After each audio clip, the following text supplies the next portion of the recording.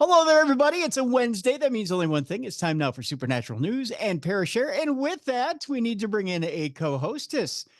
We bring in the best in the biz today. That's right. Once again, we reach out to the great state of Michigan. It's a mitten. I've learned that. There's five. Yes. Yeah, like it's that. It's the mitten. Yep. That's right. And so we bring her in. Here she is, ladies and gentlemen, Mallie Fox. I think are you right here, Mallie? Is that where you are? Move it a little lower. Lower and over. West? No, that's Ohio. Okay, that's Ohio. Okay, so below the thumb and over. We're on the river. Yeah. Through the woods? Yeah, basically. Okay, somewhere in there. I don't know. I'll learn it someday. I really will. It's wherever we got JJ McCarthy for the Vikings, right? Oh, yep. Where you guys are? Somewhere in there. Somewhere. I don't know. Something like that. Something like that. Big show today, Mallie. And big things are afoot here on the show today. My gosh, we got some interesting news shows today. A couple of interesting TV shows are re-upping. Netflix is re-upping a couple of interesting shows I think you guys are going to want to check out. We'll talk about that today. Interesting UFO news that we'll talk about today as well. And Minnesota has a brand new monster. Oh. We're going to talk about that today, but it's probably not what you think. Okay. Yeah. So, in fact, I don't think it's all that unusual, but it was unusual the fact that TMZ reported on it. Ooh, is it like a huge mosquito? No. Like Mothman-sized mosquito? Yeah, this time of year, you normally could put a saddle on one of them things and ride it around the state. Yep. Fair. Yeah, no, it's not one of those either. But we'll report on that. It is interesting, though. It's an interesting little, and technically it's a cryptid. Huh. Yeah. So once again, Mothman mosquito. Right. Mothman mosquito. Mallie's nailed it. That's right. Thank you. You're welcome. And 2 brushes with Loch Ness Monster. Oh. Yeah. Nessie had 2 brushes this week. Okay. So we'll talk about that as well today. But first, let's jump deep into the world of aliens, shall we? A super clear metallic disc-shaped UFO was photographed over China. The surprisingly clear image, which was captured over the city of Xiamen, has been circulating social media in recent days. While many photographs of UFOs tend to be distant, blurry, or otherwise indistinct, now and again an image comes along that defies this trend due to its impressive and unusual level of clarity. Captured on camera over the Chinese city of Xiamen by a photographer known only as Syronym. This remarkable image shows a smooth disc-shaped metallic object high in the sky. The UFO is surprisingly clear and stands out well against the backdrop of sun-illuminated clouds. Exactly what it is, however, remains a topic of debate. Could this be some sort of drone or balloon, or is it evidence of visitors from another world? Tell you what, I'll put this up again in the description of the show, and you can check it out for yourself. I'll just show Mallie on the camera between you and I. I don't know, Mal, what do you think when you take a look at it? I mean, well, it's very detailed, which makes me think that it's fake. Okay, all right. Only from the past, from past experiences. And I'm also surprised with China and their censorship that they've allowed it to still be out there. That's true. That's an interesting take. I'll give you that. They are highly censored there in China. So, but I'll throw the opposite view out there, and that China would be quick to let it be released and say, you know what? We don't know what it is. Maybe it's a foreign invader. So we'll let it fly and let that technology sit out there, because you never know. It could be the US. It could be any one of the allied powers out there. Mm-hmm. We want to know what it is. So I don't know. I've got an interesting story at the end of this block that may tell you what something like this may potentially be, although it never got up in the air. So that may give you a little bit of an answer. Meanwhile, an amateur astronomer has captured the first photo of secret spacecraft the Pentagon doesn't want people to know about. Mm-hmm. Speaking of stuff in the air that people may not want to be photographing. An amateur astronomer believes he has captured the first image of an ultra-secretive U.S. spacecraft. Felix Schofbonker from Austria. I have to get the pronunciation right. We do have some listeners in Austria. Okay. Just don't sound angry if you pronounce stuff. No. Not Schofbunker. No. It's Schofbunker. Oh, you said it smoothly. Did Schofbunker. Claims to have photographed a classified fleet of spy satellites operated by a shadowy Department of Defense agency to hunt international terrorists, drug dealers, and crime lords for the U.S. government. The Future Imagery Architecture FIA radars, also called Topaz, are 5 craft made by Boeing, which are powerful enough to provide high-definition imaging of targets on the ground 24 hours of the day. Using a telescope built to track and photograph satellites, Schofbunker observed things that either were not known or only were speculated before, including their size, shape, and position in the sky. The U.S. launched its first spy satellite, Corona, in 1960 to photograph adversaries in China and the U.S. with a focus on how rapidly the latter was producing long-range bombers and ballistic missiles and where they were being deployed. The satellite imagery captured all Soviet medium range, intermediate range, and intercontinental ballistic missile launching complexes. Easy for me to say. Without Corona, the U.S. may well have been misguidedly pressured into World War III, the CIA shared in a statement. The U.S. leads the world with more than 200 in space, and Schofbunker has observed several in the past few months. Skywatcher recently shared his discoveries with space.com, detailing mechanics and technologies he observed. His telescope, a Dobsonian, which was spotted several FIA radars, fitted with a synthetic aperture radar, or SAR, which enables the U.S. to beam radar through clouds, foliage, and shallow soil. The images are taken by sending microwave pulses to the Earth's surface and measuring the reflected signals. Topaz is a series of 5 satellites developed by Boeing, with the first launching in 2010, the last in 2018. The U.S. government has been secretive about the capabilities, only sharing details that Topaz 1 had a nuclear power system, an altitude control system, an attitude control system would be even better, and a cylindrical monocoque aluminum structure. While it's unclear which model Schofbunker observed, he was able to make out other details. He says, from my images, I conclude that these satellites have a parabolic mesh antenna, which is roughly 12 meters or 39 feet in diameter, and 2 solar panels with roughly 10 meters or 33 feet of wingspan. He told that to space.com. Well, he's got detailed notes here, Mallie. He's got like blueprints of what these things look like. Is that legal, though? If it's a spy satellite or if it's government issued? I mean, is that legal for him to be able to release all those details? Yeah, if he can observe it. I mean, he didn't steal it directly from the government. If it's just stuff he's drawing up from observations, sure. There also is another bright object between the solar panels that I interpret as an up and down link antenna, though this also might be something else, he went on to say. Schofbunker continued to explain that the satellite's antenna moved 6 times to the left, 22 times to the right during his observations. Also in his sights was a few KH-11 satellites, which convert light into electronic signals. It's all very interesting stuff. The KH-11, developed by Lockheed Martin, is believed to use a 7-foot prime mirror that allows the satellites to identify objects as small as 3 inches across.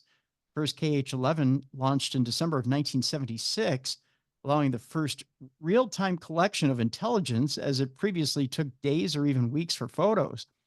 The need for real-time observations was often stated by officials during key events like the Cuban Missile Crisis, Six-Day War, or the invasion of Czechoslovakia. In 2019, President Donald Trump at the time shared a classified image of an Iranian rocket launch site captured by a KH-11 that launched in 2011. There are 4 of these satellites in orbit. The oldest one currently up there was launched in 2005. It's a 3rd-generation KH-11 with the name USA-186. The next 2 are called USA-224 and USA-245, and these are the 4th generation from 2011 and 2013, according to Schofbunker. The newest one is a 5th generation spacecraft from 2021 and is called USA 314. The numbering system's a little random, but you get the idea. His observation suggested that they were about 36 feet long, with mirrors ranging in size depending on one generation. I mean, it kind of goes on and on, tells you a little bit about, not necessarily what they do, but just kind of how they're numbered and stuff like that. It says, based on the observations, he determined that the spacecraft featured a 16-foot long panel. It had a total size of around 31 feet. The USA 290 also captures intelligence in real time. But that is all that's known about America's secretive spy satellite. It's interesting that a complete random civilian captured all this just by observation. Incredibly interesting. I don't know how spy-like it is to be able to read all that and gather all that just by some astute observation. It's kind of scary. Yeah. Well, and you also mentioned that he thought it could be, didn't he say also drug lord related in the very beginning of your article? It can be used for that. So imagine if he's leaking that information, and it does have to do with drug dealers and crime. Yeah. Hello. They'll be knocking on his door. Yeah. Well, if he has an idea that it can be used for international terrorists, drug dealers, and crime lords, well, he's opened up a whole new business. Yeah. I mean, if they're looking to get away from the U.S. government, well, and he thinks he has the inside knowledge on these spy satellites. He must also have the inside knowledge on how to jam these things. He better pay for that extra deal with the Ring camera. Right. Upgrade his system. That's right. Because that's going to prevent from them taking him. I wonder how long it's going to be too before he gets a call from the U.S. government saying, you know what, you were a little too loose with the lips to the Daily Mail. Maybe we can figure out a way to make a deal for you to be quiet. I like money. Yeah. Well, it may be a little bit of a forced quiet too. Like he disappears. I don't know about disappearing. I don't think they make him disappear anymore, but I think anymore. Well, that's the thing. I mean, in this day and time, you can't make him fully disappear. Wait, you said he's from Austria, right? Yeah. But maybe they do things different over there. I think we have some reciprocity with Austria. There's, there's a treaty there. So, he's not completely safe. So I think, the Austrian government may make a deal where they pull him in and we get to interview him and say, you got to go a little easy on the whole, here's what they do. And here's, or maybe he develops quote unquote flu, like symptoms like P. Diddy's victims, where they're saying they take him in for a drink. Well, no, but there's several people. The book has come out or pages have been released. I don't know if they're true or not. Like Havana from his ex-girlfriend. But yeah, they supposedly died of flu-like symptoms. Oh, you mean that were associated with P. Diddy. Well, Havana syndrome is supposedly a thing, and supposedly not only does Cuba know how to operate the system, but the U.S. knows how to operate it as well. Yeah, so you never know. Be real careful if I were him. It takes nothing for him to develop a weird sickness, because you're right, Mallie. For him, all of a sudden he's not feeling right, and because he's spilling secrets of the U.S. They've taken down more powerful people than him. Just saying. That's true. Yeah, a whole new conspiracy theory. That's right. I don't know that I'd be spilling all these secrets about satellites and stuff like that. Our next story has to do with improvements in asteroid detection and how it could save us from catastrophe. Well, evidently not now that this guy is spilling satellite secrets. I don't know. I don't know. Astronomers are getting better and better at detecting asteroids, and this could one day save us all. This is one of those articles where it's from the perspective of one astronomer, but a man by the name of Daniel Brown has put out an article he says that on September 4th of 2024, astronomers discovered an asteroid 1 meter in diameter heading towards Earth. The space rock would burn up harmlessly in the atmosphere near the Philippines later that day, that according to officials. Nevertheless, it produced a spectacular fireball that was shared in videos posted on social media. The object known as RW1 was only the 9th asteroid to be spotted before impact. But what of much bigger, more dangerous asteroids? Would our warning system be able to detect all the asteroids that are capable of threatening us on the ground? Asteroid impacts have influenced everybody in the solar system. They shape their appearance after or alter their chemical abundance. And in the case of our own planet, at the very least, they help kickstart the formation of life. But these same events can also disrupt ecosystems, wiping out life as they did 66 million years ago, when a 10-kilometer space rock contributed to the extinction of the dinosaurs, excluding birds, however. They were evidently able to fly around it. Who knew? Apparently. Right. Asteroids are the material left over from the formation of our solar system that was not incorporated into planets and moons. They come in all shapes and sizes. Their paths are determined by gravity and can, to some extent, be predicted. Of particular interest are the objects that are close to Earth's orbit, called near-Earth objects, or NEOs. As of September 2024, we know of approximately 36,000 such objects, ranging in size from several meters to a few kilometers. That's a lot of stuff flying near Earth. 6,000 near-Earth objects. You know, if I were to think about that before bed every night, I'd never sleep. Nope. Would you want to know if one is like coming towards Earth, or would you rather just be oblivious to it and just pray that the government or somebody can shoot it down before it hits? I want to be blissfully unaware. Me too. Yeah. I don't want to know if we're coming to the end. I really don't. Statistical models predict nearly 1 billion such objects should exist, and we only know of very few of them, Mallie. There's 1 billion of these things out there. Ugh. We have been monitoring these asteroids since the 1980s and setting up more detailed surveys of them since the 1990s. The surveys use telescopes to make observations of the entire sky every night and then compare images of the same region on different dates. Astronomers are interested in whether in the same area of the sky something has moved with respect to the stars from one night to another. Anything that has moved could be an asteroid. Observing its positions over a long period allows team members to determine its exact path. This, in turn, enables them to predict where it will be in the future, though such data collection and analysis is a time-consuming process that requires patience. It is made more challenging by the fact that there are more smaller objects out there than bigger ones. Some of these smaller objects are nevertheless of sufficient size to cause damage on Earth, so we still need to monitor them. They are also reasonably faint, and therefore harder to see with telescopes. It can be difficult to predict the path of smaller objects long into the future.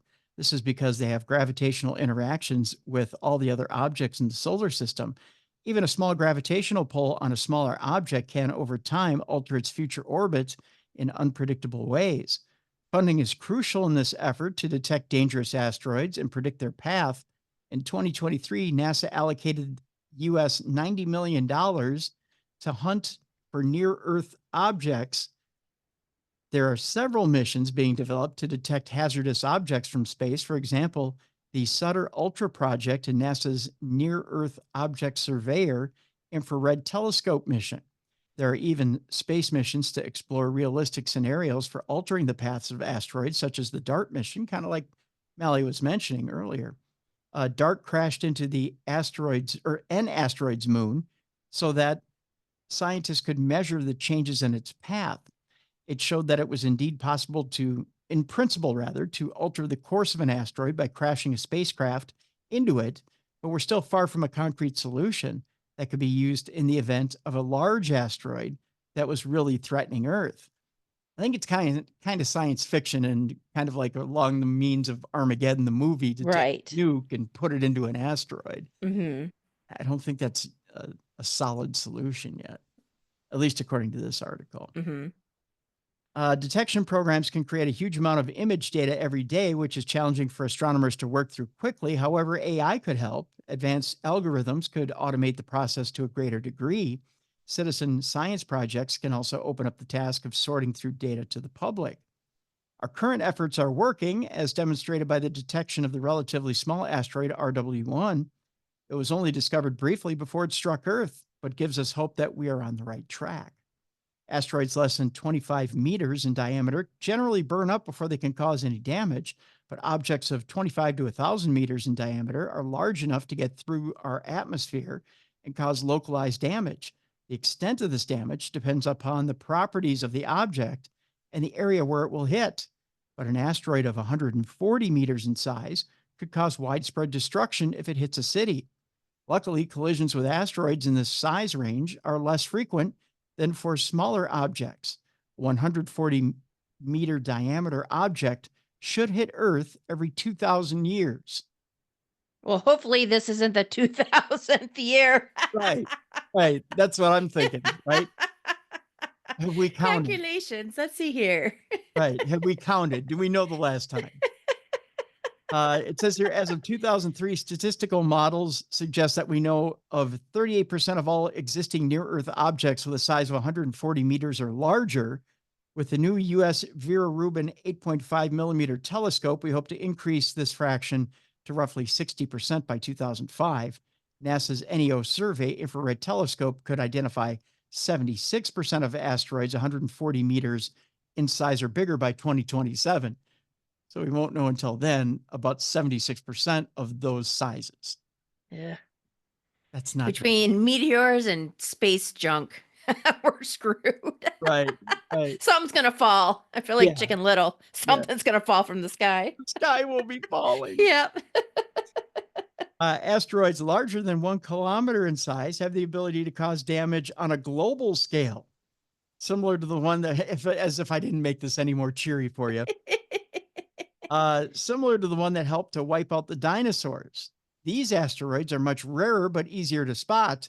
Since 2011, we think we have detected 98% of those objects. So at least we're on track with those. So sleep easy, America. Oh, Lordy. Less comforting is the fact that we have no current realistic proposal for diverting its path. Though missions like DART are a start, we might eventually be able to compile a near complete list of all possible asteroids that could cause global impacts on Earth. It's much less likely that we'll ever detect every object that could cause localized damage on Earth, such as destroying a city. We can only continue to monitor what's out there, creating a warning system that will allow us to prepare and react. So, as far as saving everybody, maybe not. So pick your favorite city to destroy and aim it that way. That's all I got to say. Far away from me, please. That's right. We don't want to destroy anything on the mitten. No, exactly. Yeah, but probably, well, I don't know, Poughkeepsie is a good target. I don't know. I don't know anybody in Poughkeepsie. Watch us get emails from Poughkeepsie. Right. Let's just shoot for like, Antarctica or something that's less populated. There you go. Now watch us get emails from Antarctica. Right, the scientists. How dare you? How dare you? We're here. We're keeping track of the thing. You can't win, Mel. You just can't. No, I can't. Yep. Can't please everyone. The globe has gotten smaller with the internet, so everybody will have their 2 cents to chip in, I'm sure. Our next story has to do with Graham Hancock's Ancient Apocalypse. Have you watched the show on Netflix? No, I have not. Well, it's going to have another season, so you'll get a chance to. Okay. Yeah. The author and researcher will be delving once again into the world of alternative history. Now, back in 2022, Hancock, a somewhat divisive figure in the world of archaeology, hosted a show for Netflix entitled Ancient Apocalypse, in which he investigated the possibility that an ancient human civilization existed during the last ice age and was destroyed in some sort of chaotic event.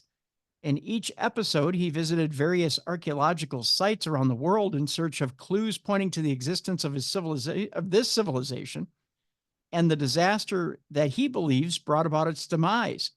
While the show proved popular with audiences, other archaeologists and experts widely dismissed, well, I should say other archaeologists and experts, there's a comma there, And experts widely dismissed Hancock's conclusions as pseudo-archaeology that could be easily disproven. Well, that makes for a good show then. I mean, Right. you got controversy, right? Or they don't want to lose their grants. True. Nonetheless, this week, Netflix unveiled a trailer for Ancient Apocalypse, The Americas, which is the second season of the show, which will this time focus on sites in North and South America. Surprisingly, Hollywood actor Keanu Reeves will be joining Hancock now and again. Ooh, I like him. Yeah, so that'll be fun. Actually, I think I remember Keanu talking about this on a talk show. Now I'm going to have to watch it. Yeah, I think it was Stephen Colbert that he was talking about. Okay. Being on the show. He'll be joining Hancock now and again throughout the series to discuss various topics, including the importance of storytelling and preserving culture throughout the ages. Hancock went on to say, exploring the mysterious origins of civilization has been my passion for many years. The Americas have remained largely unexplored in this context, and my purpose in the series was to examine compelling new evidence that I hope might spark healthy debate in the archaeology community. The show's second season will debut on Netflix on October 16th. Known as a disruptor who challenges traditional ideas about this period of history, Graham uses his skills as a journalist to talk to experts and indigenous communities to put his theory to the test, said Ian Russell of ITN Productions. The trailer's out there on YouTube. It looks pretty impressive. So I'm looking forward to it. I think it'll be it sounds good. Good show. Yeah. See if we can manipulate somebody to get on this show to talk. There you go. Yeah. I think that'd be fun. Yeah.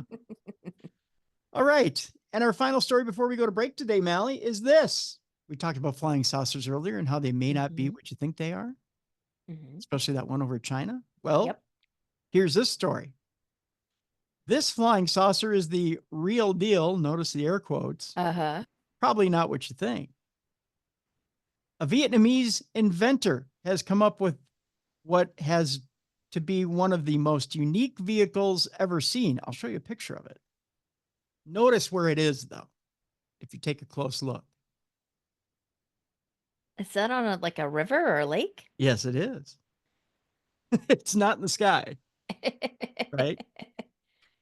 If you ever happen to see this thing careening toward you, you might be forgiven for thinking that aliens have landed. That is, at least until you notice that it can only move on water, as Mallie pointed out. Is it a little cover for like a speedboat? It's a bitchin' boat, right? Yeah. Yeah. Invented and developed by Vietnamese inventor Trong Long Ho. I'm jealous of his name. This unique UFO-shaped vehicle is actually a jet boat that has been painstakingly made to look like a flying saucer. I love it. The process of designing and building the boat is surprisingly simple, using techniques such as sculpting a basic mold shape out of sand and creating the hull from fiberglass and epoxy. The completed vehicle is capable of reaching top speed around 31 miles per hour. It's pretty fast for a boat. Yeah. I mean, not fast. It's not a speedboat. Right. You don't want a flying saucer to take off the water and take off and hit the sky, right? So you? Well, it might be kind of cool, but people might think that they're seeing a USO as it's coming out of the water, right?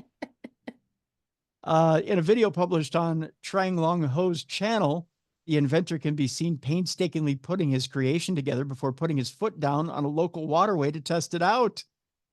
The design is particularly impressive, and he finished the UFO-shaped hull in practically seamless time. I'll tell you what, we'll post this one as well in the description of the show so you can watch the video, because it's pretty cool. I'll just tell you that. Okay. Yeah. I would like a UFO boat. I won't lie. My dad could never fish off of it, but unless he did like little hatch thing on the top, kind of like pop out. But if he did, I'll tell you what I would do if he, because there's a hatch to it. And okay. In fact, I'll show you on the video here on the video tease screen. See the little hatch, Mel? Oh yeah, at the very top. Okay. Yeah, there's a little. Oh, I thought it was bigger, but now that it's compared to the guy, yeah, it's smaller than I thought. It's tiny. It's like a 1 or 2 seater, right? Yeah, no, I thought it was larger than that. No. Okay. It's tiny. So what I would do is I would have the old man like stick his head out of it and throw a rod out. But at the same time, I would have him scream, "They're anal probing me." Yeah. That would be, it'd be a fun day on the lake. Right. Take it out to Mille Lacs or something like that. Can you see that thing trying to survive the chop of Mille Lacs or even Lake Michigan? That thing would just be bouncing up and down. Yep. Yeah. You wouldn't stand a chance. You really wouldn't. All right. When we come back, Mal, interesting story for our AI segment today. The city of San Francisco has filed a landmark deepfake lawsuit. We have an audio daily double today. Okay. Yeah. Interesting. Things are about to get interesting in the AI world. That's for sure. And then later on in the program, we've got two Loch Ness Monster stories. Minnesota has a monster of its own we'll talk about. And I'm trying to remember. I think we have a Parashare story today too. So we'll jump into a Parashare story today as well. So we've got lots of stuff on hand today. So we'll tackle it all when we come back right here on Supernatural News and Parashare. It's a Wednesday right here on the best in paranormal talk radio. This is Darkness Radio.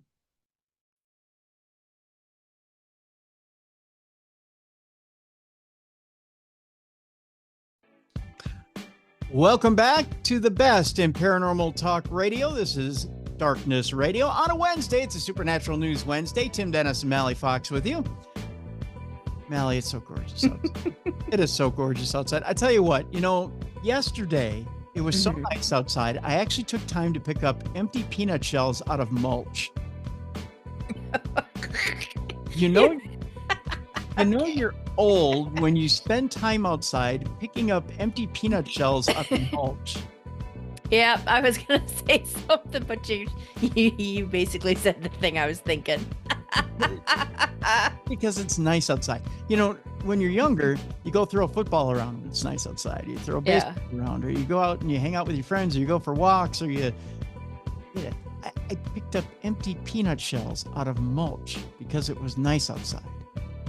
That's something my grandfather did. Yep.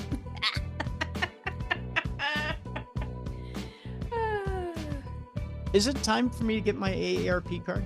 Hey, I have mine. Do you? Yeah.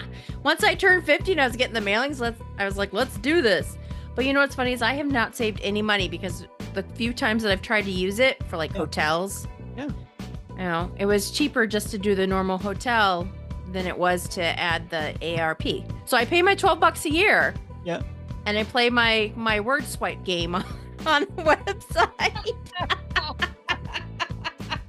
But that's all it's good for. I'm sure that, if I actually took the time, I would probably use it for other things. But the couple times I've tried to use it for New York and stuff, it was more expensive to use my AARP for the hotel.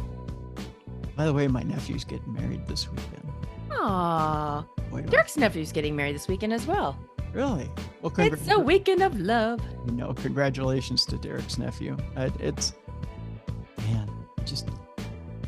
Wait, not nephew. Sorry, cousin and godson. There we go. Well, congratulations to Derek's godson. I remember Tyler being when we started this show. Wait, it's Tyler? It's Tyler. Wow, the one that went to St. Thomas, correct?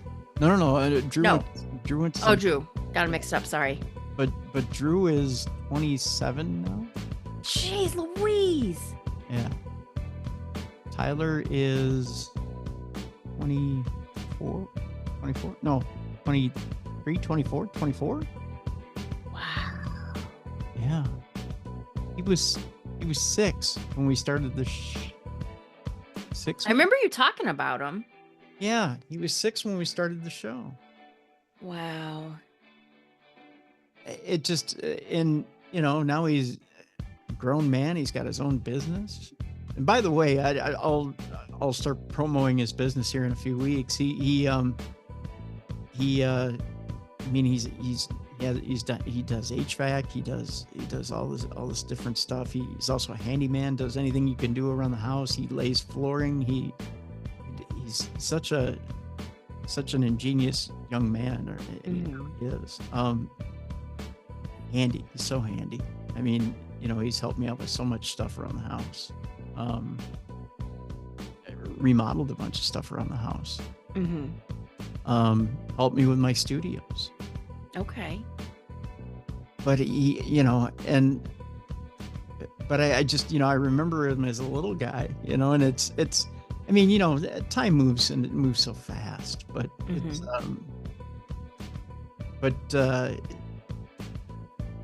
I haven't had a hard time with it at all, but it's just to think that this major milestone is coming up this weekend. I'm how you try not to think about it. Do you like his wife or his future wife? I love her. Love her. Yeah. I guess I shouldn't have asked that question on air. If you didn't like her. Oh yeah, no, hate her. No, I'm just kidding. No. Hate her. No. Delete this later. Maya is wonderful. She's wonderful. Oh, that's a pretty name. Yeah, she works for Target. So okay. And she trains people for Target. So very cool. Yeah, she rotates between stores and I got to tell you the funniest story. Speaking about getting old, right? So, by the way, I have some good news as well as far as my foot goes, my shark foot, that I haven't told people yet. Very cool. Publicly. And then I'll shut up and we can get on with supernatural news. So I'm at Target, one of the stores that she rotates to. She rotates all over the Twin Cities area. And you're having a senior moment when you're just getting old. When I go to this Target over by my doctor every week, I pick up fresh produce, right? And mainly for me and the chippers. So I pick up fresh blueberries. And I picked up blueberries for us after I went to the doctor. And I said, oh yeah, my nephew's getting married next weekend, because the cashier had asked me what's going on. I said, oh, nothing much this weekend. I'm just reading. And, but I said, reading, sitting out with the chippers. But I said, but next weekend, my nephew's getting married. I said, in fact, my niece works here at Target. She floats between stores and she trains. And they're, oh yeah, what's her name? And I went, her name is, what is her name? I stood there, Mallie, for 3.5 minutes and couldn't think of her name. Oh. Tyler and Maya have been dating since they were in high school. Oh. I couldn't think of her name. I go through that all the time. This is the first time this has ever happened to me. Oh no, you should saw me at my family reunion last week. Whew. I was having name farts all the time. I was blanking. And I went, dark hair. And I'm doing this. It's like charades, but verbal charades. Right. Describing her, what she does, her background, how many siblings she has. I said, she comes and she trains you guys, dark hair. She's about, because the hand movements help. Right. Yeah. Because, as you start to, and I'm like drawing out her face. Right. I mean, it's stupid. And the guy goes, what's your nephew's name? And I go, Tyler. Oh, and I went, Maya. And it's just the minute I said Tyler, because you know how you put couples together? Yeah. If I say his name, her name will follow. It's so stupid. I said, Tyler, Maya. And he goes, Maya's getting married. And at that moment, I went, oh, sure. Oh, someone wasn't invited. Right. Well, it's not like she invited everybody at work, right? Right. But on top of that, it was like, well, maybe, and then, right, like my mind goes to True Crime Tuesday, right? I'm thinking, what if this guy is like a stalker? I'm like, ooh, shit, right? And I'm like, maybe I shouldn't have said anything. Sorry. And I'm like, this would be awkward. I probably shouldn't tell her this at the wedding. Right. So this is like bad stuff, right? Yeah. So I'm like, okay, maybe I should shut my mouth. Yeah. So I was like, oh boy, awkward moment. I'm like, yeah. So wedding next weekend, gotta go. And I grabbed my stuff and left. So I left very quickly. Well, hello. I just called my husband's godson, his nephew. So there we go. Senior moment. There you go. What? But you know, they're kind of one and the same. So Kinda. Well, yeah, he's younger and yeah, whatever, but yeah. Oh, let me tell you about my senior moment. It takes 2 yeah, seconds. yes. I was going through pictures the other day because I was looking for something specific. And I was like, why do I have all these pictures of labels? Because when I go to the store, I don't have my readers. Hmm. I'm taking photos of the labels, the backside, and then enlarging them so that I can read. And I had several pictures of labels on my phone because I didn't bring my glasses. Oh, that is a senior deal. I mean, you know, one of the nice things about having lost weight and getting my sugars down is my Mhm. bifocals don't work anymore. I have to get new glasses because Okay. my So your vision's getting better, yeah. yeah, my vision's getting better and my Not mine. bifocals don't work anymore. So you'll see me do a lot of this on video. 'Cause I, Yeah, because you got to do that mouth thing too. yeah, Ooh. because I can't read properly and I'm Yeah. enlarging things on my screen because yeah, Right. yeah, it's so the other thing about getting better. Are you ready Oh, for yes, that? yes, yes. Okay. So I'm in Dr. Schuster's office, my podiatrist. Okay. And he says to me, you know, his foot's really getting better. And I'm like, okay. And I've been in for the last, in fact, when you saw me at Michigan Paracon, I was in my brace and my tennis shoe. Mm-hmm. But I And also you'd lost a lot of weight. I've lost about 45 pounds. Yeah. But I was also in a soft cast underneath the brace. Okay. And I've been in some sort of cast for the last 4 to 5 years, Mm-hmm. whether it be a hard cast or a soft cast underneath this Mm-hmm. brace. So he looks at me and he goes, I think it's time. I said, time for what? He goes, I think it's time to see if we can do this without a soft cast under your brace, just the brace. Mm-hmm. And I went, ooh, I don't know, because what can happen is the foot can rub in the brace and you can develop a wound. Right. I'm like, that's kind of a big step, doc. Mm-hmm. He goes, yeah, it is, but let's try it. I said, okay. He goes, no, what we'll do is we'll put a couple of these little Primapore bandages over the Charcot bump, Mm-hmm. you know, and then you'll wear two socks under the brace, or you know. Mm-hmm. So okay. I was nervous. I was real nervous, right? Right. So I did it for a week. Last Friday I went in and he took off and mind you, I've been taking good care of it. You know, you clean it daily and everything, and you put bandages on, and it looked, you know, other than a little bit of soft tissue swelling, which is Mm-hmm. bound to happen because it's a new, you know, you're pretty padded in that soft cast, so you don't get any swelling, right? Mm-hmm. But other than a little bit of minor swelling, because you're getting used to the brace, there's nothing wrong. Nothing happened. So he takes it off. He looks at it and he goes, "It looks wonderful." He goes, "Congratulations, you passed." Yay. So I'm at a new point in life. I'm just wearing the brace and the tennis shoe for Nice. casts. So this is the new norm. Now, do you find yourself like babying it though?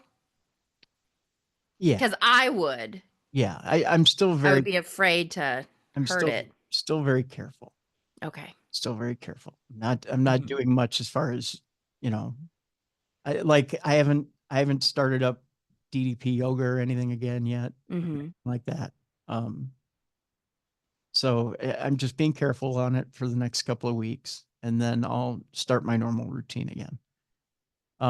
But the other thing that was interesting is he looked at me and he said, "Okay, I don't have to see you for 3 weeks now because there isn't any callus to scrape off." And I went, "Whoa, what?" And I said, "We can't do this. We've seen each other every week for the last 5 to 7 years." You've developed feelings for your doctor. Well, we've had You're this gonna miss him. relationship. We see each other every Right. week. We talk. He asked me what's Uh-huh. the show. I mean, we have this friendship, right? And I'm like, I said, no, we have to see each other next week. I'm like, I'm the one who scheduled the appointment. And he's like, well, if you want, we could see each other next week. But he said, then I think we can go 2 weeks without seeing each other. And I'm like, Are we He's breaking up? breaking up with you. Yep. I'm like, that doesn't feel right. I almost feel abandoned. I feel, It's me. It's not you. It's him. It's him. Yeah, it's See, not you. It's him. That's where AI comes in to ruin my day.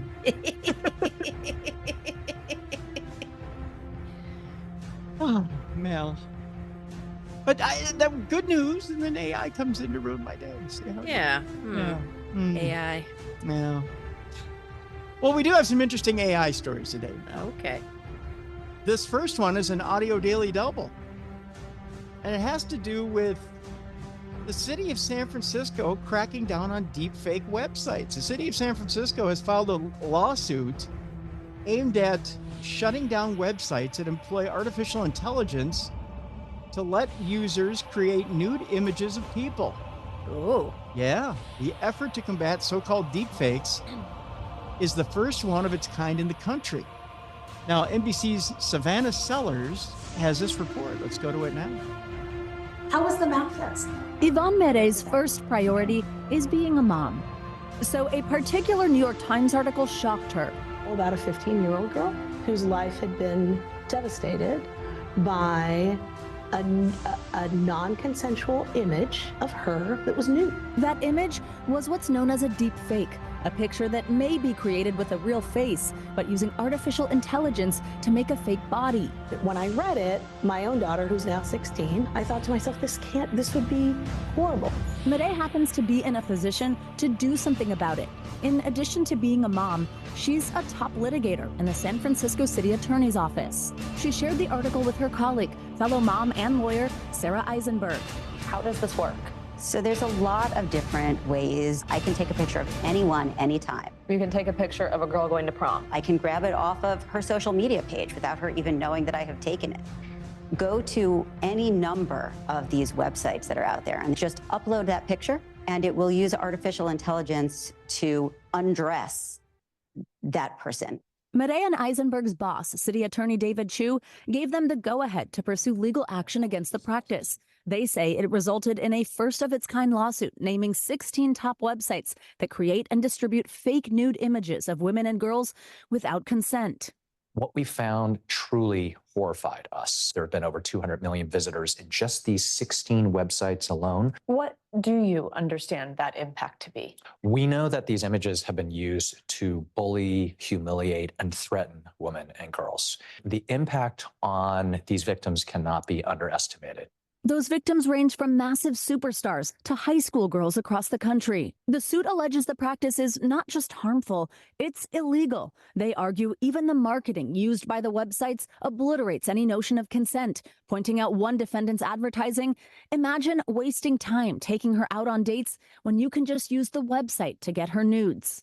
Contact information for most of the companies named in the lawsuit could not be found. They have violated deepfake pornography laws, child pornography laws. Do you really think there's a chance you can get these websites shut down?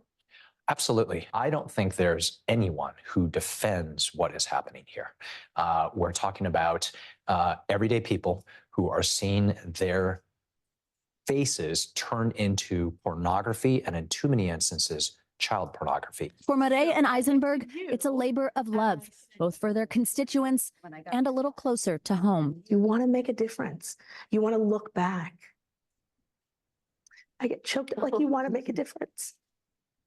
This makes a difference. Do you think about your daughter when you feel that way? I do. I think about my daughter and I want her to be proud of me. I want her to be proud of what the office does. Savannah Sellers, NBC News, San Francisco. Interesting story. Oh, very scary. Yeah.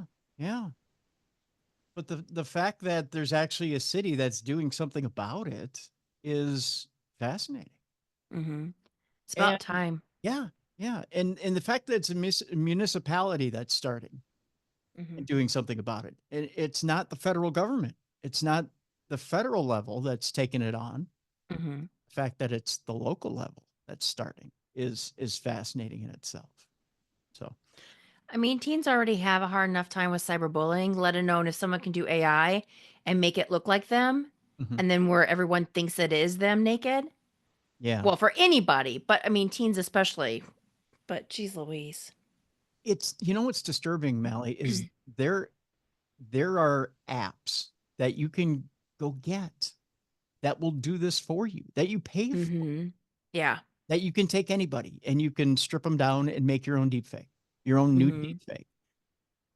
It's so disgusting and so disturbing that you can do this, and you can do it with anybody. You don't have to be a celebrity to do it. You could, anybody you wish or want to imagine. And it's such a violation. It's a disgusting violation of someone's privacy. It, you know, and I don't know what gives people the right to think that they can do that to someone. Right. You know? I mean, I had a hard time when I was the victim of catfishing. You know what I mean? Where someone took my pictures and set up a profile and everything and then was going on dates. Yeah. Or not dates, but it was, what's that dating app? Match.com, where they did that. And we had a listener that was like, hey, are you on Match.com? I'm like, no. And then I had to go through the whole, you know, kit and caboodle about canceling the account, but I felt kind of violated, and it was not to this extreme. Right. Right. Well, I mean, I can't, again, I'm a male. I can't imagine, but I can't imagine what it's like for a female, for a woman to see this, their face put on a body and then have it be thrown out there. Yeah. You know, and to have their reputation dragged through the mud. And not a lot of people have money to try and sue these large corporations, right? You know, for taking their likeness or their, right. And imagine you're, you know, maybe you haven't even entered the workforce yet. Someone who's a teen. Oh, yeah. Right. You haven't even started life yet. You're in school, and you know how I don't want to use the word delicate or tender or anything like that, but just how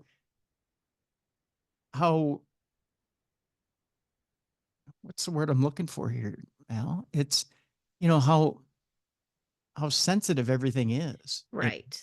And, you know, as we grow to be adults, we're able to let things bounce off of us a little bit. We have a little bit of a hardened shell. But man, when you're a teenager, everything is amplified by 10. Yeah. And you'd just be mortified to see something like that. The stuff that teenagers can do to each other these days is just. Oh, yeah. Like the girls or guys that are, what do you call it, sexting or whatever. And then the other person lets it out there for all the friends to see. And then they're humiliated. Yeah. Yeah. Or their pics or their whatever, because they don't realize that stuff doesn't disappear. No. Everything digital is so permanent these days. Yeah. And it's thrown around so casually. Right? And there's no such thing as privacy in today's world. No. But yet there's supposed to be a modicum of privacy between two people, right? Especially in a relationship, but it doesn't feel like there's that privacy there between anybody. Right. These days. And it feels like relationships are much more casual these days as well. Yes. It just seems like people want to try on other people like shoes, you know?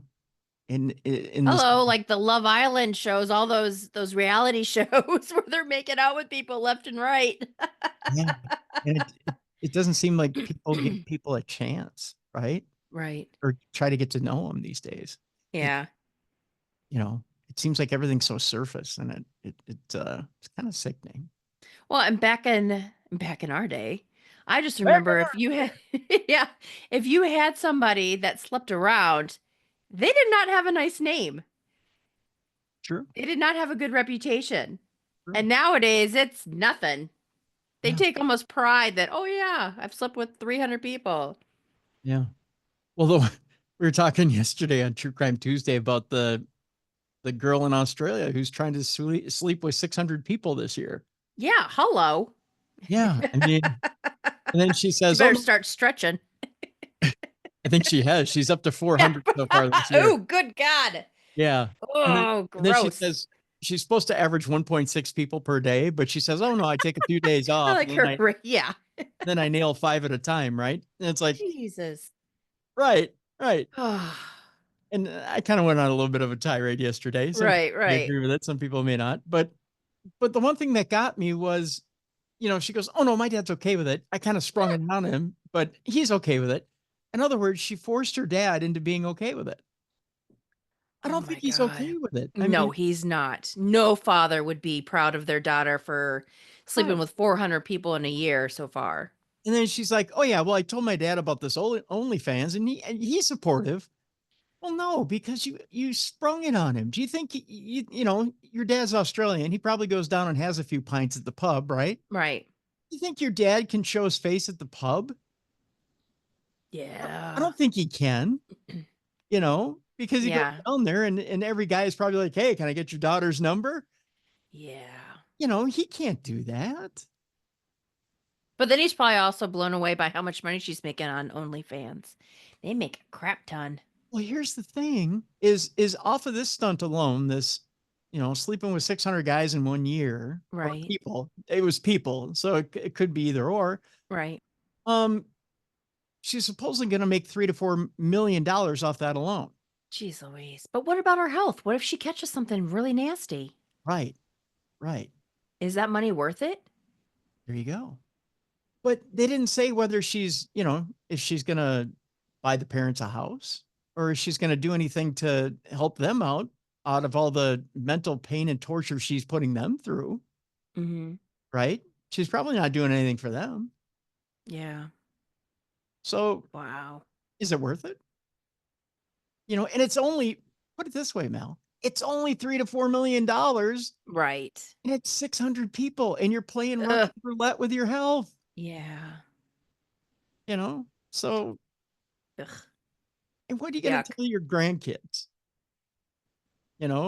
Grandma nailed 600 guys in a year. Aren't you proud?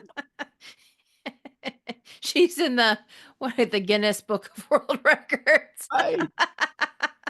And then I put it in perspective with Jessica yesterday.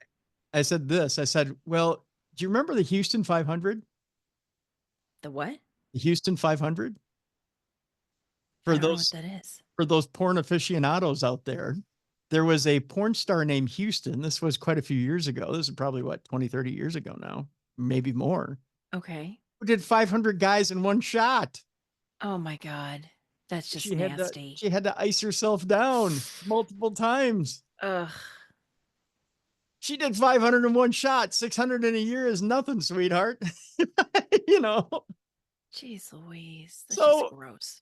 So what's the big deal? Maybe she doesn't have self-love. Maybe she's think, missing something where this is just fine with her. I think there's going to be some therapy bills at the end of this deal. Jeez Louise. So there goes her 4 million. Yeah, exactly. There goes your 4 million. I don't know how we got on the subject again. I don't know. I was done with this yesterday, but yeah, okay. So the deep fake thing. So we get back to the deep fake thing. I see I'm getting old. I'm getting on tangents again. But I guess my thing is it just seems like as a society, I'm not even going to pick on an age group. As a society, we're getting meaner and meaner to each other. Yeah. It seems we need to be more caring about each other is what we need. Mm-hmm. Before we start making images of each other and even for our own pleasure, maybe we should be more considerate towards each other. Yeah. It's one thing if somebody puts on an image of themselves for other people's pleasure. Right. Okay. That's a business. They've decided to do that. They took that on themselves. That's a business decision. But when you do it against someone's will, that's just sick. Mm-hmm. That's all there is to it. So there you go. I'm off my soapbox now. Meanwhile, Mallie, we have one more of these stories. A new documentary is out there exploring the world of the first ever human cyborg. That's right. There was a first ever human cyborg. Colorblind artist Neil Harbison became a cyborg when he had an implant fitted that enabled him to hear colors. Oh. Sounds like a trip somebody had on LSD back in the 60s. Mm-hmm. Neil Harbison is the world's first officially recognized human cyborg, having had a device installed in his head to enable him to hear colors in the early 2000s. He's the subject of Cyborg, a documentary, the first full-length film by London-based director Kerry Bourne. The thought-provoking work, which launched in UK cinemas on September 20th, not only chronicles Harbison's unique journey, but also explores the philosophical and ethical questions surrounding human augmentation. Born without the ability to see any colors, the Catalan-born artist's life took an extraordinary turn when he decided to augment his sensory experience. He used an anonymous doctor, having been refused ethical permission by a hospital in Barcelona. That's interesting. Mm-hmm. I mean, keep in mind, it was early 2000s. Right. He had a sensor surgically implanted in the back of his skull, arcing over his hairline like an insect antenna. A little bizarre. That's weird. Yeah. Via a chip in his head, it translates the light frequencies of colors into sound vibrations, which he experiences through bone conduction, the same process used by whales and dolphins to hear underwater. The film makes no attempt to explore the history of cyborgism, a term coined in the 1960s by the scientists Manfred Clynes and Nathan S. Klein, though it nods to Fritz Lang's 1927 film Metropolis and Mary Shelley's Frankenstein as early progenitors of the concept. Instead, Bourne gently explores Harbison's experiences through conversations with him and his close friend Moon Ribus, interspersed with commentary from other cyborg enthusiasts and the occasional critic. Harbison explains how he came to the idea of augmentation, and it is an augmentation because he can experience infrared and ultraviolet, which are invisible to the rest of us. His system is also internet connected, so he can perceive the colors and images sent by friends from their phones. Now that's a little out there. Yeah. He describes how he integrated his new sense, never turning it off, and even started to dream in color. It becomes clear the sound signals aren't just a proxy for colors, but a genuine integrated new ability compared to people with synesthesia, who can do things like tasting sounds or feeling colors. And we actually talked about synesthesia yesterday with our guest, Danielle Trissoni, who writes about it in her new book, The Puzzle Box. Okay. To me, color is a new sense which is not visual and it is not auditive. It is a kind of vibration that goes into my skull and becomes a sound. It feels like an independent sense now. The film provides some interesting vignettes on how Harbison uses his enhanced senses. He can choose the color of his clothes, for example, informing unusual fashion choices as he sees color combinations differently from other people.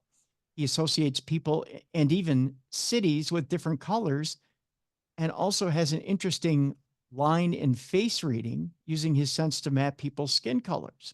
People who say they're black, they're usually very dark orange. And people who say they're white, they're usually very light orange. So we are exactly the same, he says. Interesting. He, meanwhile, argues that his superhuman abilities make him more aware of health risks than the rest of us. If we could all perceive ultraviolet, there wouldn't be so many people with skin cancer. You wouldn't want to lie down and sunbathe if you could hear the terrible noise it makes. Ew. Yikes. Now I'm thinking of like the sizzling noise you hear when you're frying bacon. Yeah, that's what I'm thinking. Yeah. Ugh. Harbison is not only endlessly enthusiastic about his enhancement, he is at the forefront of a movement of artists similarly interested in acquiring new senses through implants. It all coaxes the viewer to consider some provocative questions. At one point, does technological integration fundamentally alter who we are? Are there ethical boundaries that we should consider? Should we be free to create our own senses? And if so, how would we then share those experiences? Will such choices become commonplace in the near future? It's an interesting deal. So that film is out there right now. They talk about different things as well in this article about cochlear implants for the ear, for instance, that have been used since the 1970s. They talk about people with diabetes who now have implants for real-time blood sugar monitors, receiving instantaneous readouts with their smartphones. I have one of those. Prosthetics are increasingly enhanced by digital controllers. The Neuralink for the brain that is now being used for people who have issues with different disabilities. It's an interesting article. It is. What this guy has done, though, and I have a picture of him right here, Mallie. Take a look at how this thing sticks out of his head. Wow. Isn't that weird? It's like those aliens that you see that have that thing that stick out with the eyeball at the end of it. Yeah.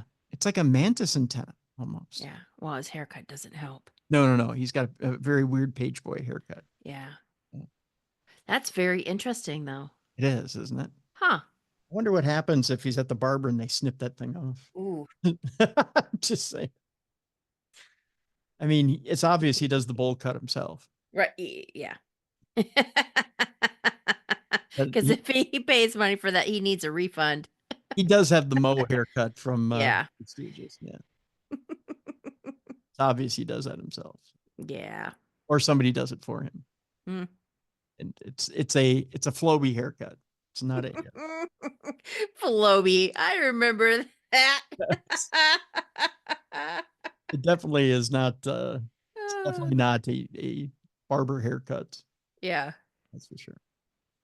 Let's move on, shall we? The next 3 stories we have to do with being buried.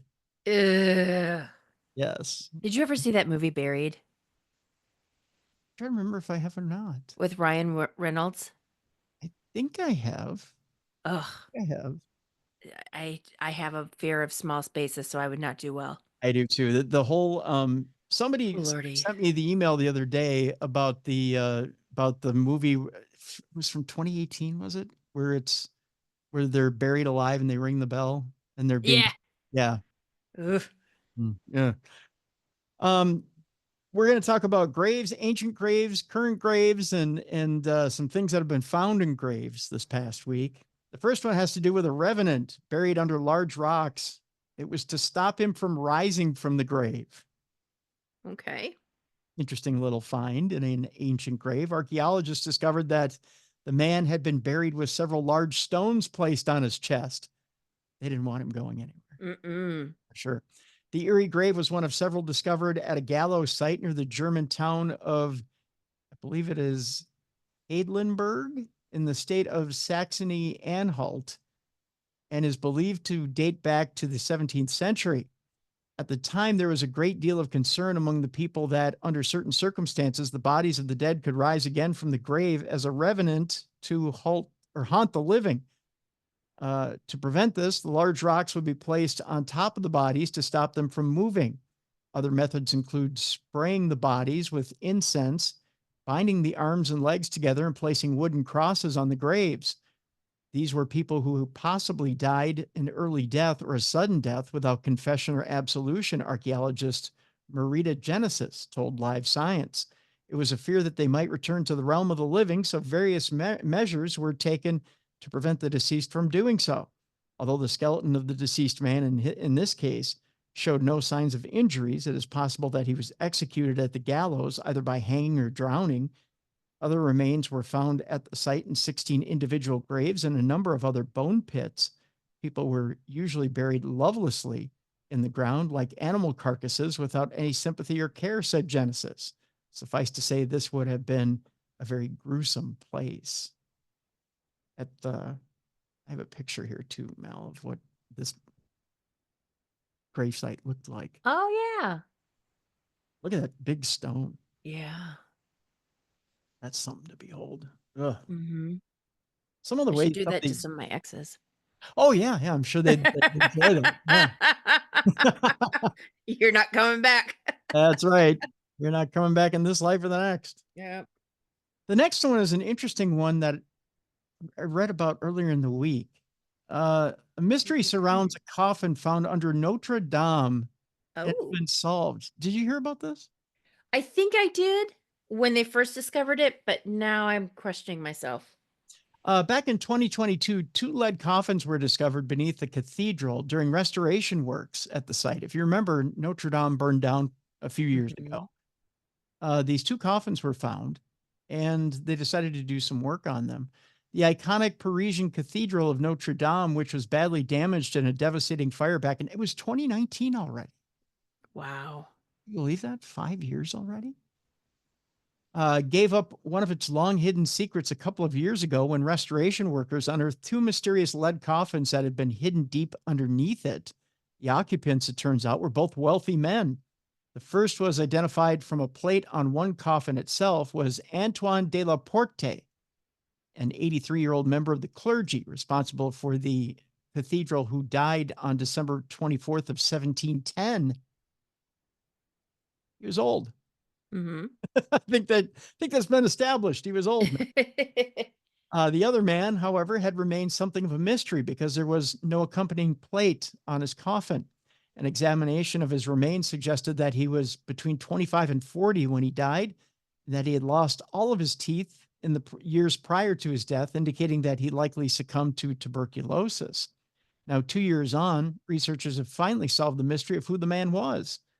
In all likelihood, he was Joachim de Bellay, a celebrated French poet who had died in Paris in 1560 at the age of 37.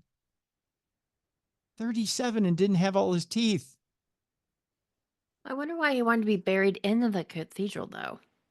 And how much money did he donate to be able to be buried in the cathedral? Well, if he was a celebrated French poet, he probably had prestige and money. So he was probably highly celebrated in the church and belonged there. As a But dignitary. not to have like a grave plaque or anything. I mean, that's kind of unless he paid someone on the low and they just kind of snuck him in there. Well, I mean, if he dedicated, well, let's find out here. It says, born in 1522, Bellay was the co-founder of a circle of poets known as La Pléiade, and records show that he was buried somewhere in Notre Dame after serving as a minor clerical official there. Oh, okay. So they are aware that he was buried there. They just weren't Oh, yeah. sure. Yeah. Okay. No, he was meant to be buried there. Okay. It is thought that his body may have been removed from the cathedral's side chapel to a more prominent location after his works became more famous following his death. Okay. Yeah. So he was moved to a more prominent location. They probably just forgot to mark it. Gotcha. Yeah. Even today, Bellay is a well-known figure in France, and his poems are still taught in French schools. So, yeah. It was, again, clerical error. You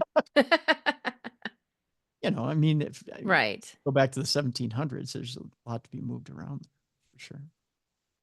Our third one is a watery grave, Mallie. I know you've heard this story, the Titan Submersible. More information was found out about it this past week. There's a wreckage photo and a final message that was found out about the Titan Submersible this week. Investigators with the U.S. Coast Guard have provided new details about the Titan sub disaster. Back on June 18th of 2023, the undersea exploration vehicle, which was carrying 5 passengers, including Stockton Rush, who's the CEO of Ocean Gate Expeditions, which was running the operation, disappeared after embarking on a trip to the wreck of the Titanic, which was situated 12,500 feet beneath the sea. What followed was a multi-day search by rescue teams alongside extensive global coverage as people around the world waited with bated breath to see if the crew of the submersible could be located. Ultimately, though, the discovery of a debris field a few days later confirmed the worst. Submersible had violently imploded, killing all 5 passengers.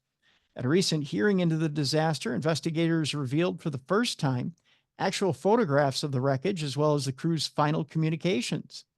At around 1 hour into the dive, the sub sent a message that said, "All good here." The last communication, sent from a depth of 3,346 meters, indicated that 2 weights had been dropped.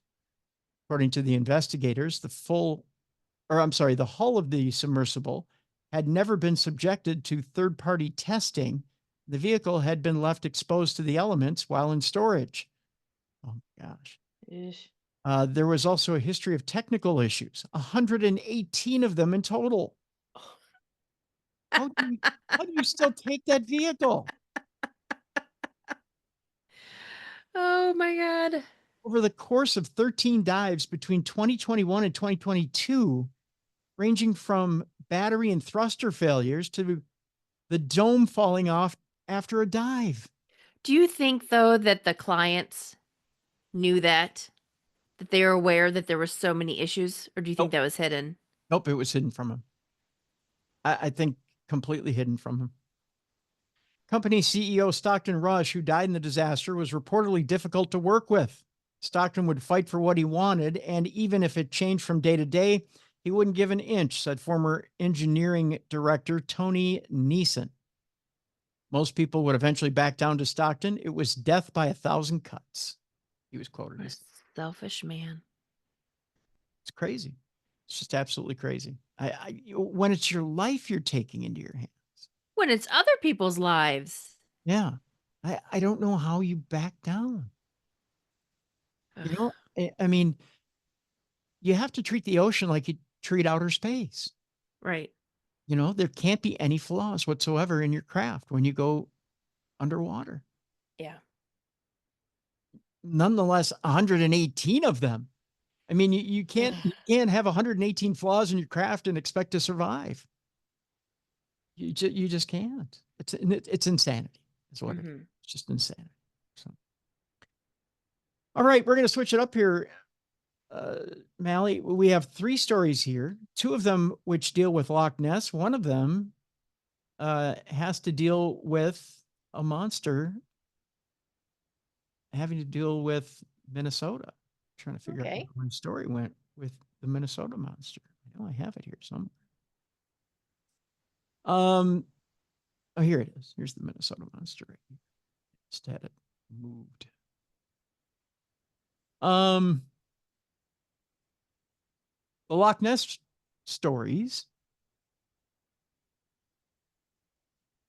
have to do with 2 different encounters here. Let's move on. Give me just 1 second here. The two different encounters here at Loch Ness, which are very, very interesting. We'll start with one of them. One of them's kind of actually a little eerie. I'm not going to lie. A charity swimmer brushes up against a mystery creature in Loch Ness, which tells me they didn't get a good look. Right? Duncan Roberts had been swimming across the iconic Scottish loch when he encountered something in the water. Now, it's been reported plenty of alleged Loch Ness Monster encounters over the years, but this is perhaps the first time that it's been heard of someone physically bumping into an unknown creature in the water. According to reports, 39-year-old Australian swimmer Duncan Roberts had been participating in a charity swim across the loch's murky waters when he felt something brush up against him. The depth and darkness of that water plays tricks on your minds, he said. There is some weird energy at play in that water. And during my swim, I experienced a bump halfway across.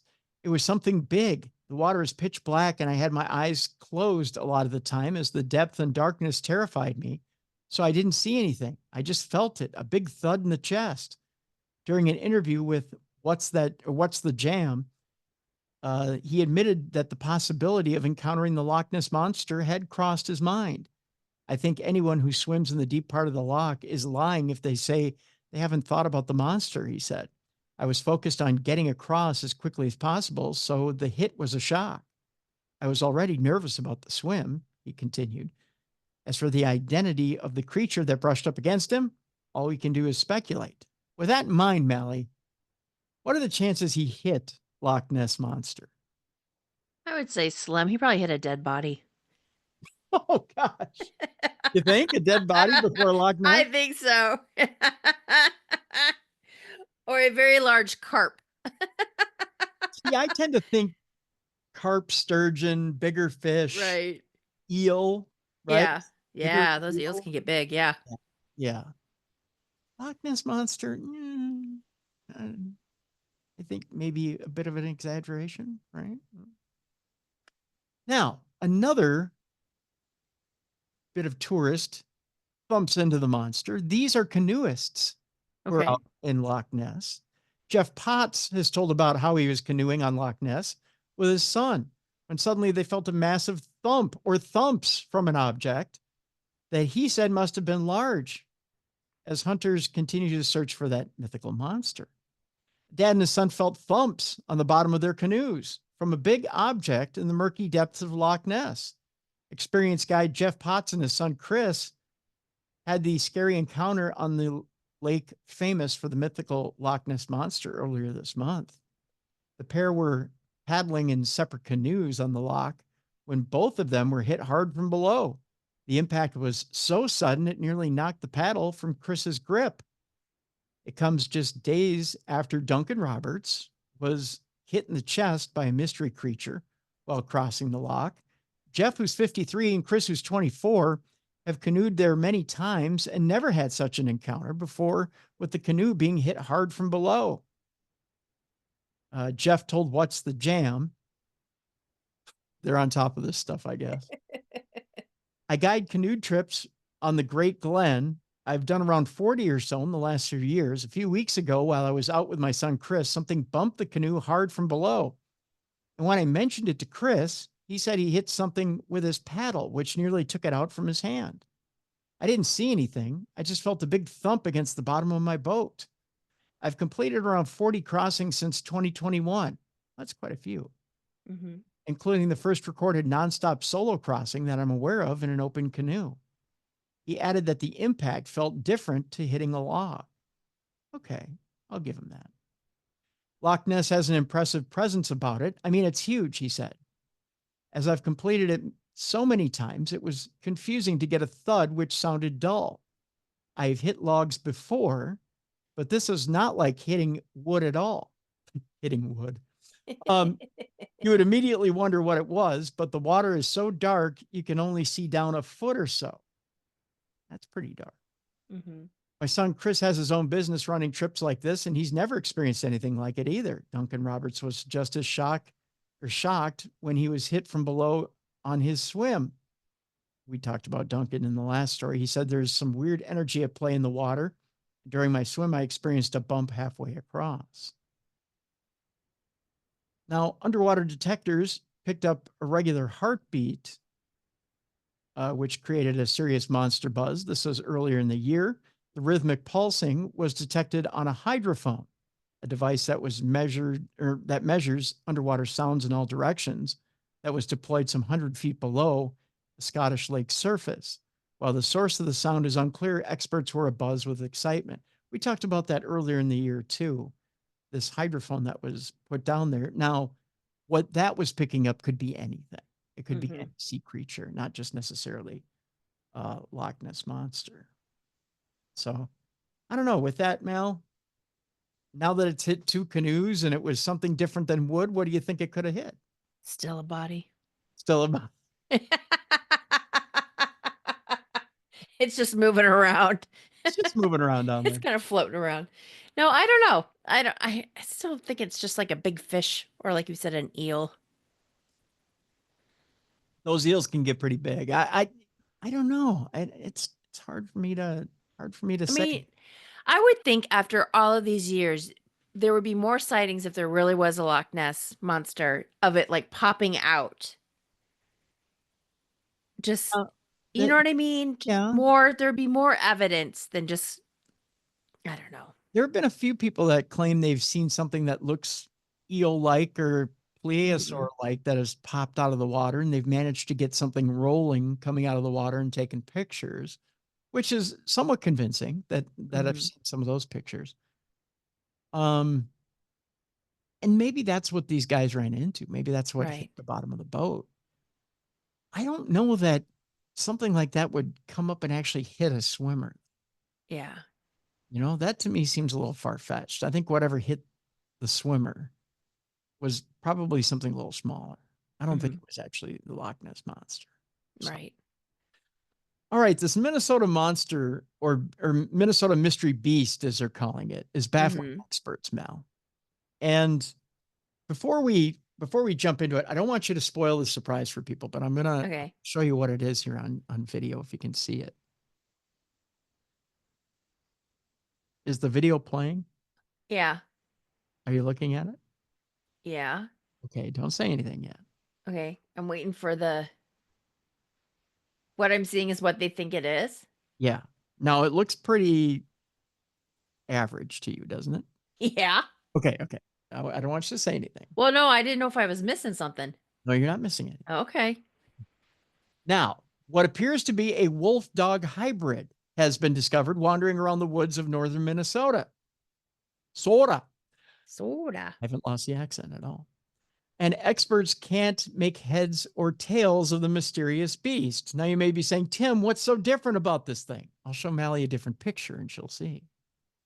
The wild find occurred after the Voyagers Wolf Project, a University of Minnesota research group, captured footage of the animal, which looks super cool, roaming around a trail. Now, Mallie, here's a still picture of the thing. Look at how big this thing is. Yeah. That's no ordinary wolf. Yeah, but isn't there that hybrid? Because I know they're illegal in Michigan because Derek really wanted one, but it's like a wolf hybrid and they're gigantic. They are. That's what this is. Okay. Yeah. I forget what the name is, though. There's like a certain name for it. This thing is huge. Mm-hmm. Now a debate has ensued to what exactly this apparent wolf pooch might be and how the heck this has happened. Here's another picture of this thing. Take a look at this thing. Mm-hmm. I mean, it's gorgeous. Right? It is. It's a gorgeous wolf. And it does look like a dog. Mm-hmm. Which tells me that it might have gotten a hold of like a husky or... Yeah, because it looks like a husky German Shepherd kind of... And like the coloring is German Shepherd. Right. And it might have mated with it looks like it mated with a husky in the area. Mm-hmm. In fact, let me see if I thought they were huskies that were running by when you first showed me the video. I thought it was like night vision for huskies. It ran like a husky. There's a blown up picture of it from the side. Yeah. It looks like a husky mix, doesn't it? He's well fed. Yes. Yeah, he is. Yeah, he's been eating. He's Yeah. probably been killing deer up there. Mm. But this thing is huge. I mean, this is an absolute huge wolf dog hybrid. I mean, it almost looks like it's half the size of a deer. Yeah. Yeah. It is big. Yeah. This is a big creature. What appears to be a wolf dog hybrid has been discovered wandering around the woods of northern Minnesota, and experts can't make heads or tails of the mysterious beast. The wild find occurred after the Voyagers Wolf Project, a University of Minnesota research group, captured footage of the animal, which looks super cool, roaming around a trail. Now the debate has ensued as to what exactly the apparent wolf pooch might be or how the heck this happened. It's no hoax. The mystery beast, again, super cool looking, has been spotted nearly a dozen times in the area since late March, per the group, which posted the vids and info to social media. Making the situation even more curious, the mystery beast was seen on multiple occasions hanging with wolves.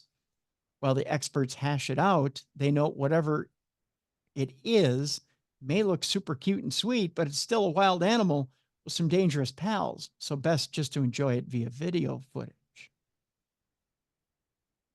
It's really cool looking and it's a gorgeous animal. I mean, it's one of those animals you probably want to bring home.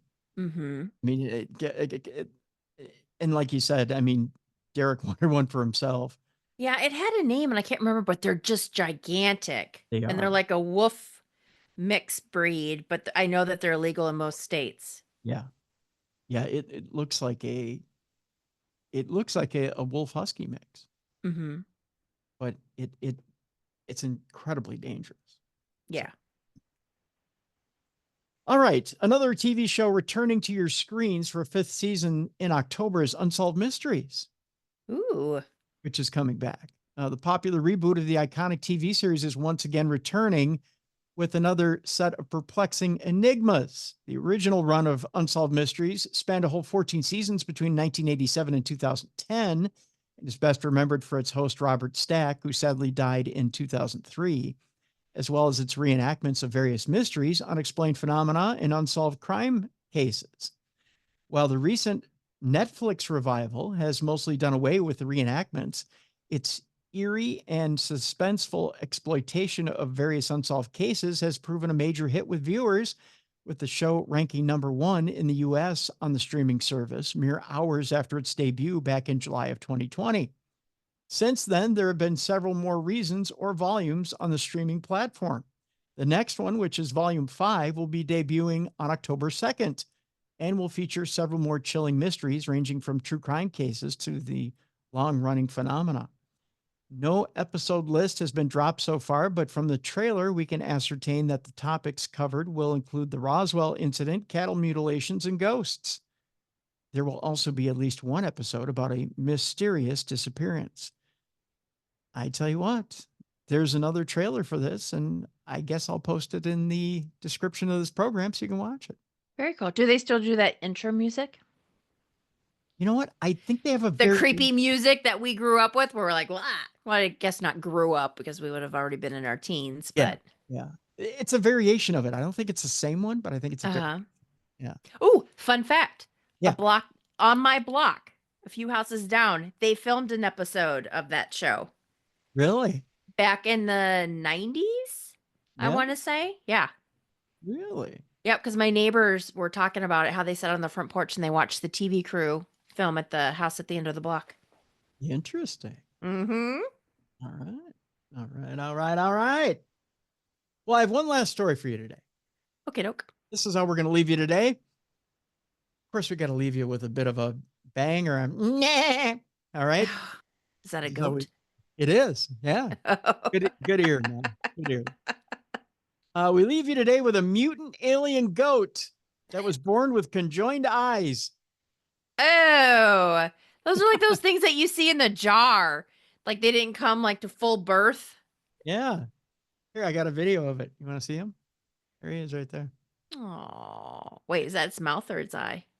No. What is that? Side. Where's its eye? It's conjoined. There it is. Okay. You see it? Yeah. Okay. Poor baby. I know. Owner Carrie Rajak from India was left baffled when this goat was found to have conjoined eyes directly above its mouth with no eyelids, meaning the animal is also unable to blink. Oh. Yeah, I know. Villagers were left spooked after a baby goat was born with conjoined eyes, with many mistaking the small animal for an alien. How could you mistake a goat for an alien? No. Owner Carrie Rajak was left baffled when the nanny gave birth to the Is that what they call like female goats? I think so, yeah. I was going to say, I don't think it was the nanny that takes care of the kids. When the nanny gave birth to the unique looking kid, the goat's eyeballs were found to be fused together in the center of its face, but it also had no eyelids, meaning it was unable to blink. Its fused eyes were located directly above its mouth, from which its oversized tongue dangles lifelessly. The mother had given birth to 2 kids last week in Sirsad, Shivpuri, Madhya Pradesh, India. Bless me. I got it all out, though. But the kids' siblings were born looking normal and completely healthy, according to reports. Crowds reportedly formed to catch a glimpse of the strange-looking farm animal. Carrie said the goat's mother was showering the baby with love and was keeping it close to her. Oh, very sweet. Yeah. The goat is believed to have a genetic disorder known as cyclopia, a congenital defect characterized by fusion of the orbits into a single cavity containing one eye. Cyclopia can be caused by genetic mutations, exposure to teratogenic substances, chromosomal abnormalities, maternal illness, or poor nutrition. Most embryos with the defect are either miscarried or stillborn, but a small number are born alive, only to die a few hours later. Oh, poor guy. The condition is rare in animals, but even rarer still in humans. In some cases, documented in farm animals, the nose and mouth fail to form, or the nose grows from the roof of the mouth. This obstructs airflow, and the animal suffocates within hours. I know, right? So this isn't a happy story. Well, not yet. Okay. There's more, Mallie. All right. In November of 2022, another farmer in India was left astonished after his goat gave birth to a kid with cyclops eyes. The kid was born with 2 large eyes fused together in the middle of its forehead, with news of the birth spreading quickly across the community, prompting amazement from onlookers. Crowds of people rushed to see the rare phenomena after it was born in Sultanpur, India. The baby goat was found to have 2 eyeballs under 1 eyelid. Goat owner Umesh Maratha, who had been raising goats for years, said it was the first time he had seen anything like it. The animal's unique appearance left several villagers in disbelief, and some compare the lamb to a human. Let's see here. I have a better picture of the kid here. Let's see. There it is right there. Let's see. Just trying to get this ad out of the way so you can actually see him. Here he is right here. Okay. Huh. I just worry about looks like a Muppet. I just worry about his eyeballs drying out Yeah. if he doesn't have an eyelid. Yeah. And you hope that he doesn't suffocate or anything like that. Right. Ugh. He's able to live. That's the only. Now, are goats sacred to them or not? That's a good question. Because, you know, cows are, correct? Right, cows are. I don't know. Let's look it up real quick. I would ask Siri, but she's been acting weird on me lately. Yeah. Upgrade Just out her. of curiosity. Let's see here. Are goats sacred In India? India?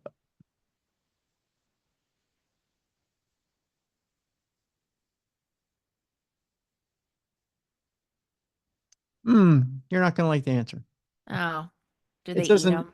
In some villages, goats are often used in animal sacrifice rituals to deities and powerful forms of the Devi.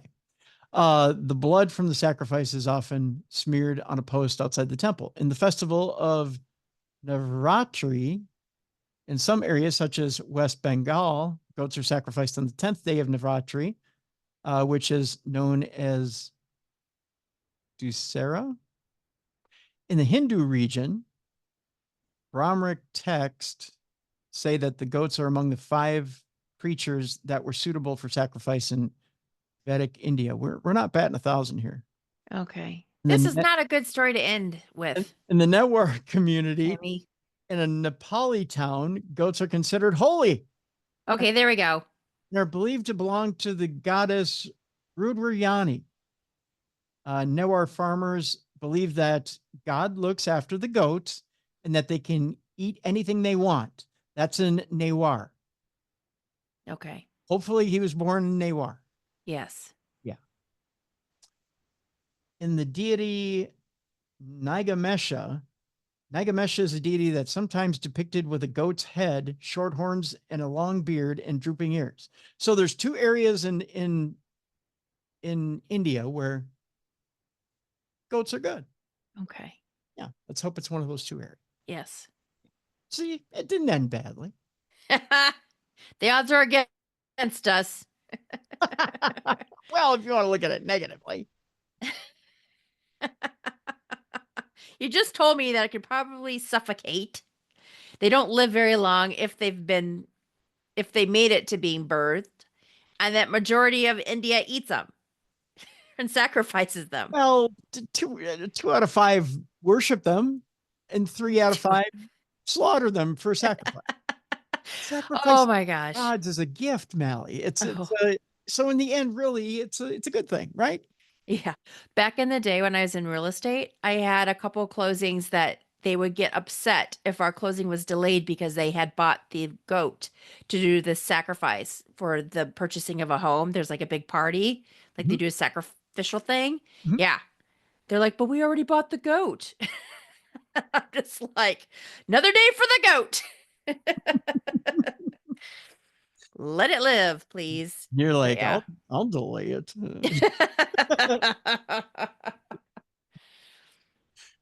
Oh, see it. You're like, oh, well, chain them up. No, Gonna be I a while. understand it's their culture, but still. Yep. Yeah. Gotta do what you gotta do. I love animals, except for snakes. But anyway, I digress. I love animals too. You gotta do. You gotta do what you do to keep the goat alive for another day, I guess. Mm-hmm.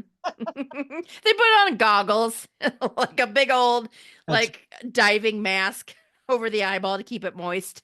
like Cyclops from the X-Men. You put a little Visine Yep. on him. Yeah. Yeah, see, there we go. Some Mhm. eye drops, some Visine. Yep. Put Visine in his eyes, keep him alive. Mm-hmm. There you go. Well, that's about it for today. I know over at paranormalgirl.com, you got a few things going on there. Do you have anything new and exciting over there? I'm actually in the process of trying to find some fall beverages to post to make some little cocktails and post. So yeah. We are coming to that time of year. Yep. The fact that I'm loving this week because the temperature managed to fall over here. So Yeah, I've been burning my pumpkin spice candles already. oh, see.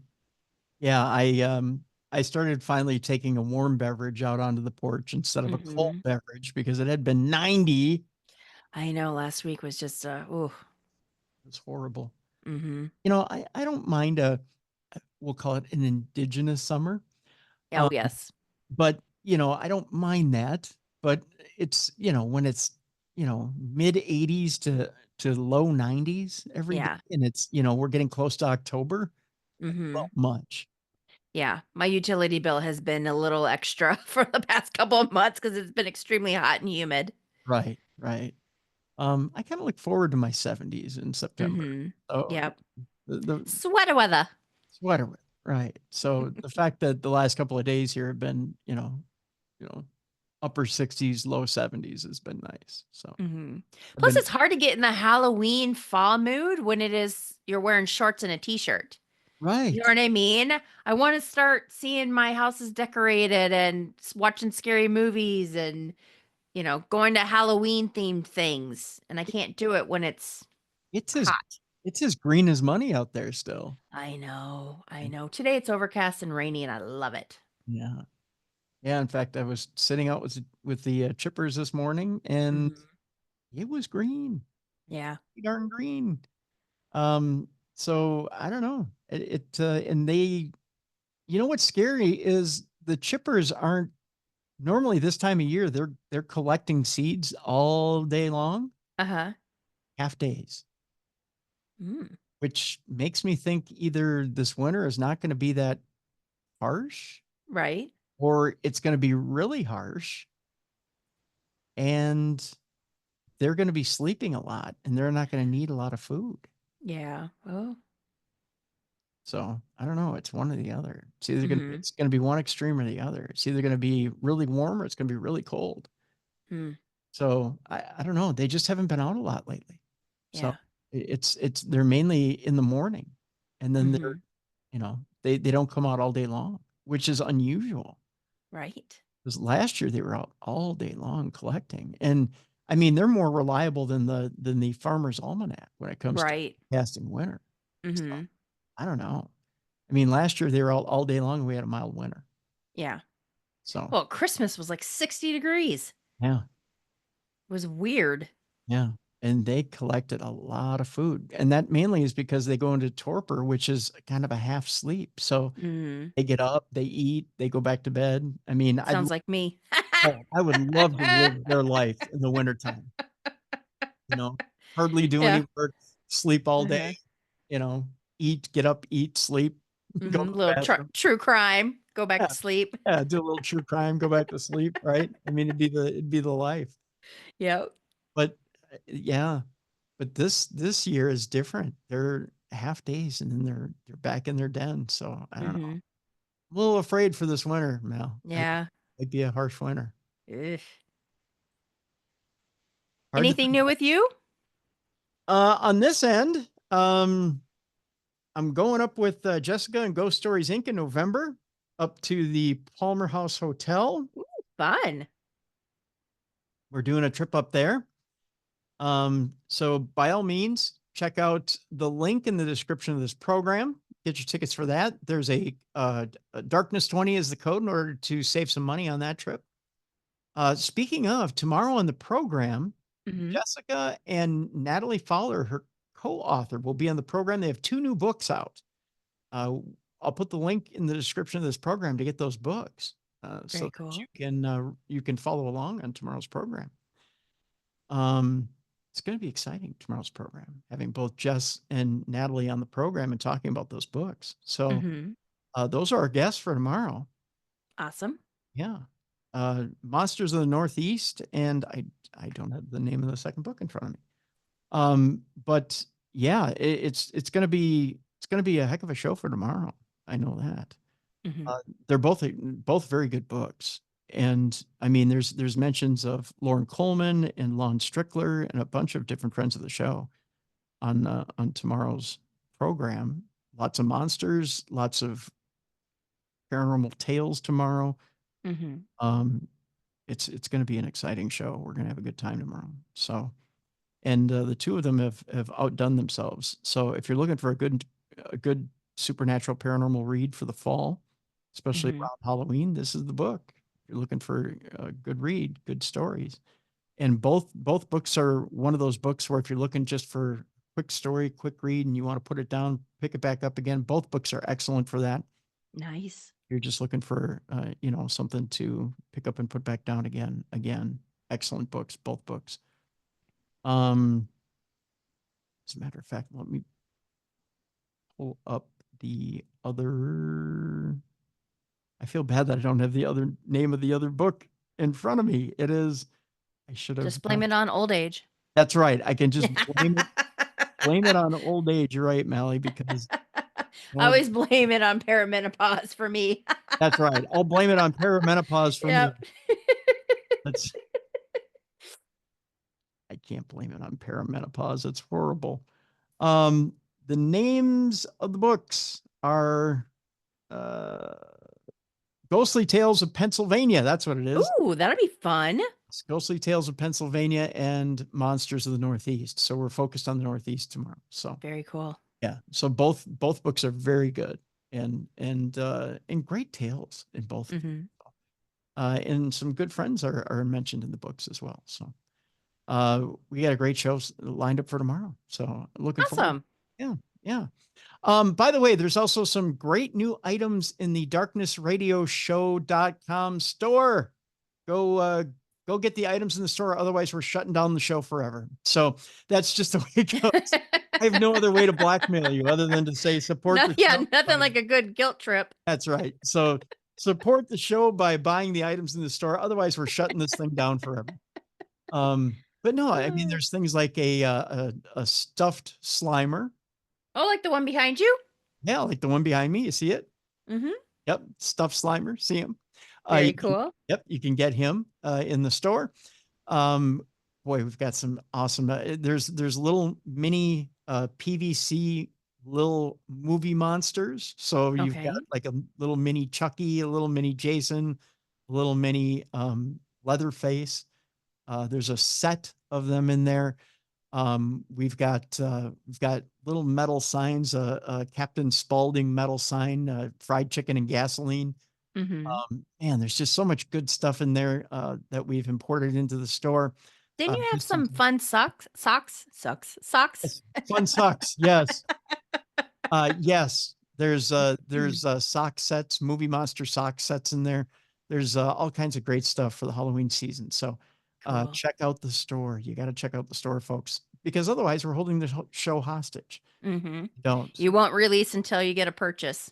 That's right. You don't get a new download until there's a purchase. So.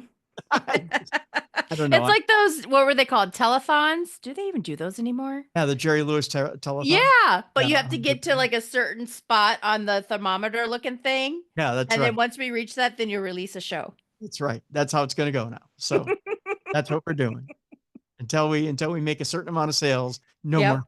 So there you go. God. So that'll do it for today. For Mallie Fox, I'm Tim Dennis. Again, tomorrow, Jessica Freeberg, Natalie Fowler, Ghosts of Pennsylvania, and Monsters of the Northeast. That's what we're looking at tomorrow. Join us tomorrow. Or, unless we don't sell anything on the website, we'll be there tomorrow. Maybe see you in 2 months. Yeah, maybe you'll get it in 2 months. There you go. Be Christmas time. Yeah, you'll get that for Christmas. Unless you buy something from the store. There we go. Hey, Christmas is coming up. Time for gift giving. That's right. Unless you don't buy anything from the store, then Yeah. I'm just kidding. So, we'll see you tomorrow for more of the best in paranormal podcasting. We'll see you tomorrow for Darkness Radio. For more audio and video archives of the show, please visit darknessradioshow.com. Thank you for watching.